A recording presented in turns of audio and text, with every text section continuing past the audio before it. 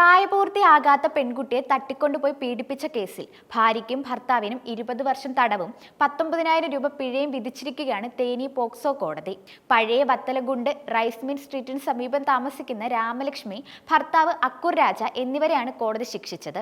2021 October 25-നായിരുന്നു കേസിന് ആസ്പദമായ സംഭവം നടന്നത്.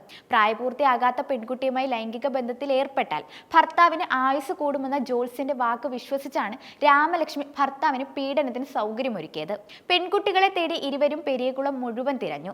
ഇതിനിടയിലാണ് വീടിന് സമീപം കളിച്ചുകൊണ്ടിരുന്ന 14-കാരിയെ കണ്ടെത്തുന്നത്. മധുരപലഹാരം വാങ്ങി നൽകാമെന്ന് വാഗ്ദാനം ചെയ്ത് രാമലക്ഷ്മി പെൺകുട്ടിയെ ഓട്ടോറിക്ഷയിൽ കയറ്റി സ്വന്തം വീട്ടിലെത്തിച്ചു. തുടർന്ന് ഭർത്താവിനെയും പെൺകുട്ടിയെയും ഒരു മുറിയിൽ കയറ്റി രാമലക്ഷ്മി പുറത്തുനിന്നും പൂട്ടി. ഇതിനിടയിൽ അക്കൂർ രാജ പെൺകുട്ടിയെ ബലാത്സംഗം ചെയ്തു. പെൺകുട്ടിയെ കാണാതായതിനെ തുടർന്ന് മാതാപിതാക്കൾ പോലീസിൽ പരാതി നൽകി. പിറ്റേന്ന് അക്കൂർ രാജയും രാമലക്ഷ്മിയും ചേർന്ന് പെൺകുട്ടിയെ വീടിന് സമീപം ഇറക്കിവിട്ട് രക്ഷപ്പെടുകയും തുടർന്ന് നടത്തിയ അന്വേഷണത്തിൽ ഇരുവരെയും അറസ്റ്റ് ചെയ്യുകയുമായിരുന്നു.